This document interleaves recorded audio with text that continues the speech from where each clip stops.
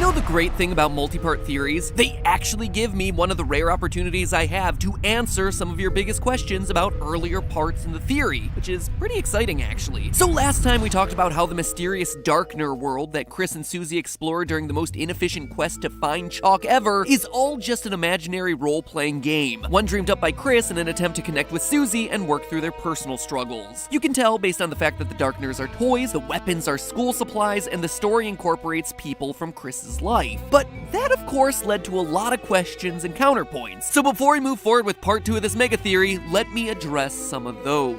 Question 1, if everything was just a game, then what about Susie? Why would she go along with Chris's game? And then how do you explain her reaction, asking whether everything was just a dream when they leave the classroom? How could something imaginary have this level of emotional impact on her? Well, the thing to remember here is that she doesn't just go for it at the beginning of the story. Notice how she starts, metaphorically running away from Chris, ignoring Ralsei's prophecy, saying things like, let's just get this over with. She is clearly not into the fantasy elements of the story, and she's only won over once the fighting starts. She likes fighting so much that you can't even control her. She just attacks everything. She's playing a game where Chris is giving her the choice to act out her violent fantasies in a safe environment with no consequences. In the paper role-playing world, these types of characters even have a name. They're called the murder hobos, the new or reluctant players who simply murder everything that they can find until they realize that, heck, they can solve problems presented to them in a number of different ways. Remember, you don't have to take everything literally. A dark, scary closet can be symbolic of emotional vulnerability. And at the end of the chapter, her response is the response of someone coming out of a fantasy world, someone who was super immersed in the game that they were playing. Haven't you ever felt that way after playing a video game? Not knowing how much time has passed, you've let yourself get lost in the story. You're immersed, and when you come out, you're a changed person. I used the comparison last time to The Wizard of Oz. It doesn't actually matter whether or not Dorothy literally went to Oz. She wakes up a changed person. She looks at her friends and family in a different way, just like Susie coming out of this imaginary game. Question 2, isn't a theory that says everything is just a game simply a lazy explanation on par with dream theories? Yes. Yes, it is, 100%. If there isn't any proof that that's the case, and also if there isn't any narrative consequences to that theory. But here, we have both of those things. We have enemies that are checkers with legs. We traverse checkerboards alongside playing cards and stuffed cats, with characters who use pencils as weapons and random junk in their pockets as items. And it's all to tell this story about a socially outcast kid who is working through their emotions via an imaginary game world. It seems pretty solid to me, but as more pieces of evidence, notice everyone's fainting animations during the battle. Chris and Susie both take a knee while they recover. Ralsei, however, the only Darkner in the party, completely disappears, leaving only his hat and cape. He's not real, while the other two are. Oh, and that whole opening sequence in the purple barren area, it's just Chris's imagination getting warmed up again to tell this story. She starts with what's immediately in her mind: chalk. It's what Alphys tells her to go get, it's what she sees Susie eat, and it's what she starts her story with.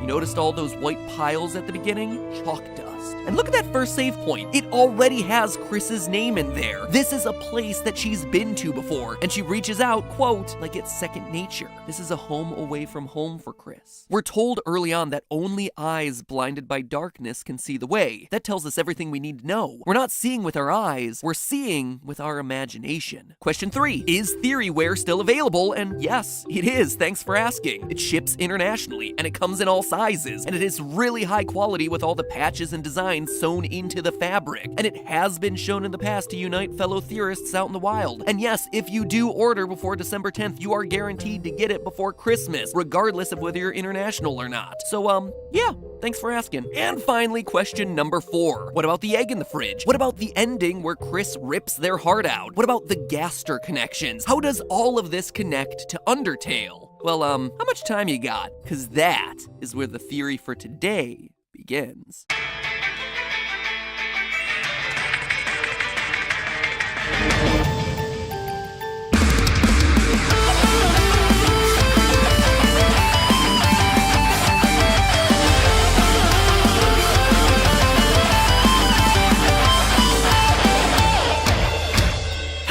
Internet, welcome to Game Theory, where I gotta say that was by far the longest intro to an episode ever. I kinda liked it though, being able to answer questions in a follow-up format. I wish there was a way that we could do it more regularly without YouTube actively punishing the channel for an upload that is gonna get fewer clicks. Anyway, let's cut to the chase. Today we're starting to examine the one all-important question looming over all of Deltarune. How exactly is it connected to Undertale? On one hand, you have characters out on the surface, which seems to indicate it's happening after the events of Undertale, but then again, you have details like Undyne having both her eyes, meaning that this must have come before. So it can't be a sequel to Undertale, but it also can't be a prequel, not in the traditional sense at least. So what is Deltarune to Undertale if it is truly anything? Well, with all those options discounted, there seems to be just one possibility, that this is a parallel world, a more peaceful one, where the monsters were never driven underground by the humans, where Undyne never lost an eye, where Bratty and Catty never became friends, where the Dreamers never adopted a fallen child because there was nowhere for the child to fall into. To anyone who's played Undertale, the idea of an alternate universe doesn't sound that far-fetched. I mean, after all, the central premise of Undertale's entire story is that every time you, as the player, reload a save file or start a new game, you're creating a new timeline of events. In one reality, everyone is freed from the underground to live happily ever after. In another, Toriel is left to rule the underground after Asgore's tragic death. And in yet another, everyone dies and the world is destroyed. And no matter how many times you reset, no matter how long it's been since you last played the game, you can't get away from the consequences of your decision.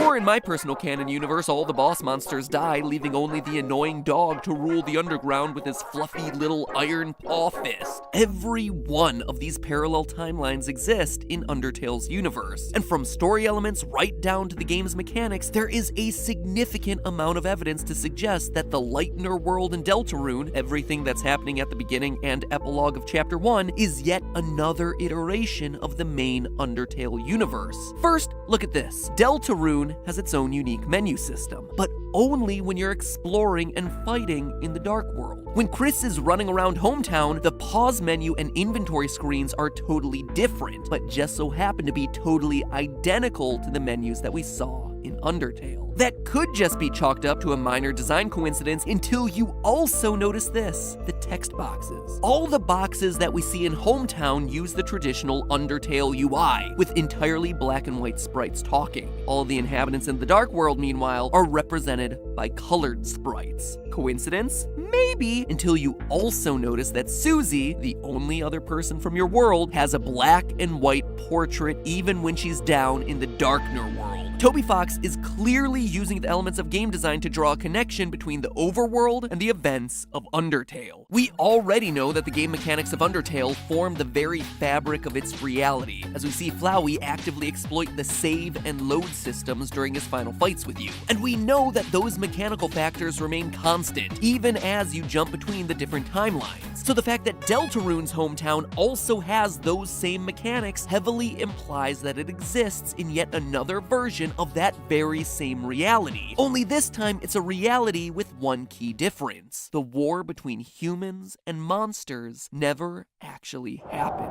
The most obvious difference becomes apparent right at the start of the game. The fact that Azrael Dreamer, the not-so-imaginatively named son of Asgore and Toriel, can't believe it took me this long to finally put that one together, is still alive. Now, as a refresher, before the events of Undertale, Azrael was tragically killed by humans after escaping the barrier to the underground with his adopted sibling Chara. His death is the inciting incident for Undertale's entire story, giving rise to every major conflict present in the game. But in Deltarune, that never happened. He's still alive and he's off enjoying college life. Another change that really stands out is the difference in Alfie's and Undyne's relationship. Their romance plays a key role in Undertale's true pacifist ending, but in Deltarune, they don't even know each other. Remember those differences because we'll come back to them in a moment. Before we do that though, let's look at some examples of what doesn't change between the games. Burger Pants. Back in Undertale, our favorite high-strung register jockey made it very clear that he hated the underground, and that he longed to be on the surface where he would get a second chance at life and fulfill his dream of becoming an actor. So, I wanted to be an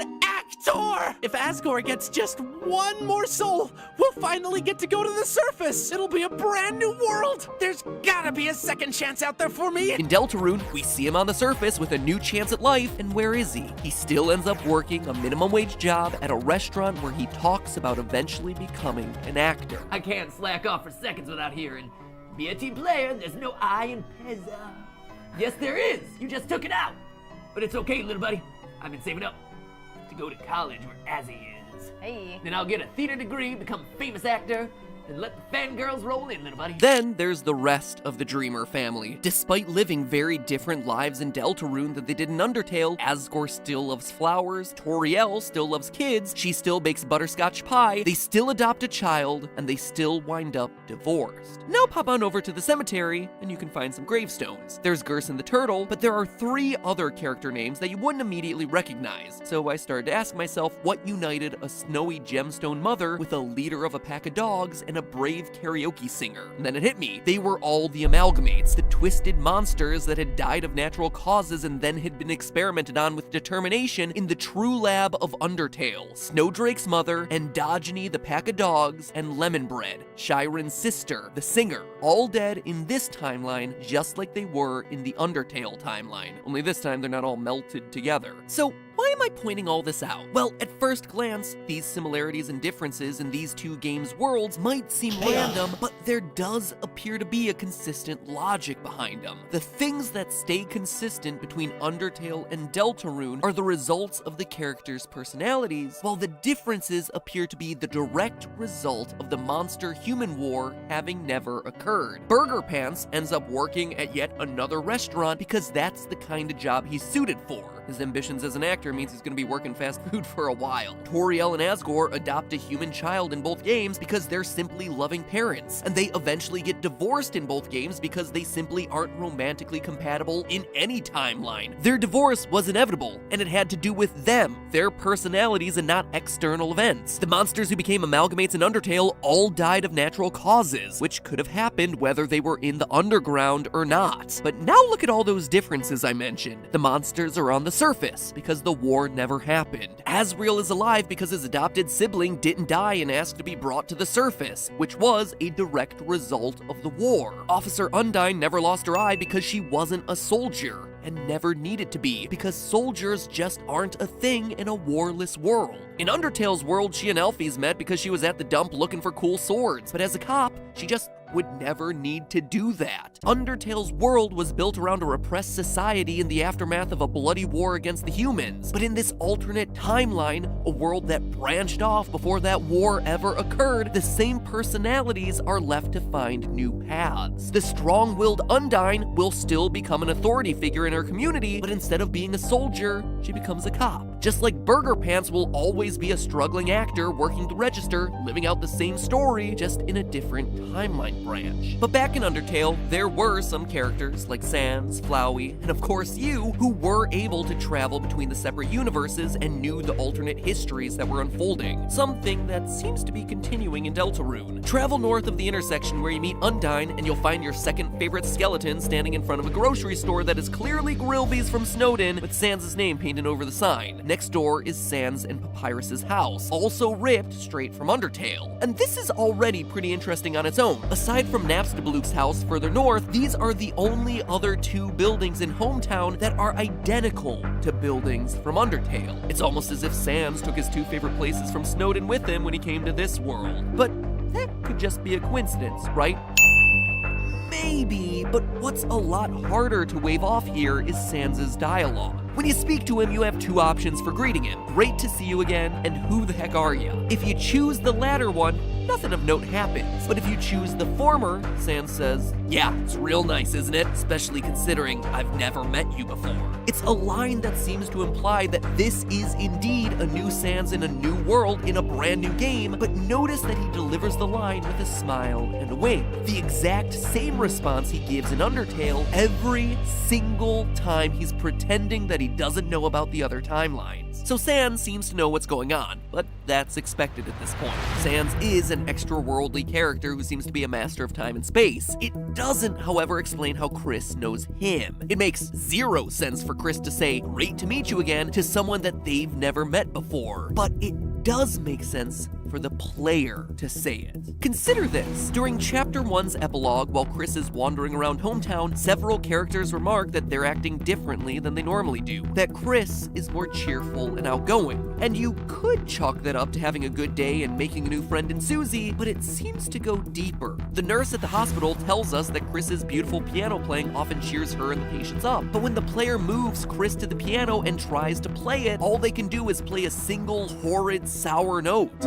Having a good day wouldn't make Chris suddenly lose all their musical skills. The difference is the player's influence. Chris and the player are not one and the same. It's actually something that's established at the top of the game. A mysterious voice calls out, "Are you there? Are we connected?" Then, and only then, the soul appears. We are there. We are the only thing that's there. We are connected to this new game. We are the soul that the game has been waiting for to connect to and thus move on. The soul is us. It's why when you speak to Undyne, you can bring up Alfie's, or your past relationships with Sans, or why when Chris rips their heart out at the end of Chapter 1 and throws it into the cage, the player is still able to move the heart around, if only by a few pixels. This implies that the character Chris and the player us are two separate entities. It's not just a last-minute jump scare with Chris pulling their best Chara impression. It's Chris actively rejecting the player's control over them and their story. Hence the evil look at the camera.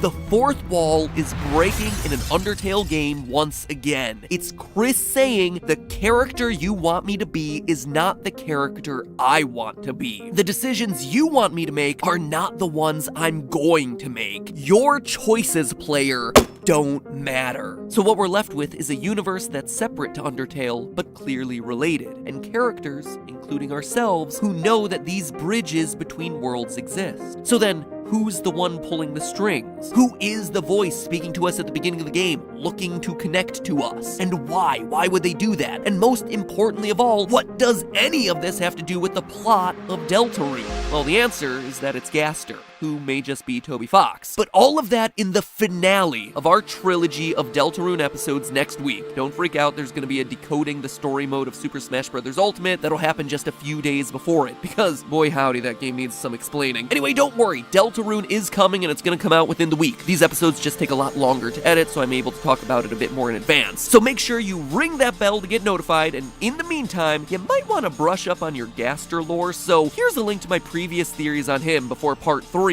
Now, if you'll excuse me, I have a date to get my hair dyed green and red thanks to you all donating on the charity live stream. Thank you so much for that, by the way. Your support was incredible. And in the meantime, remember, that's just a theory. A game theory. Thanks for watching.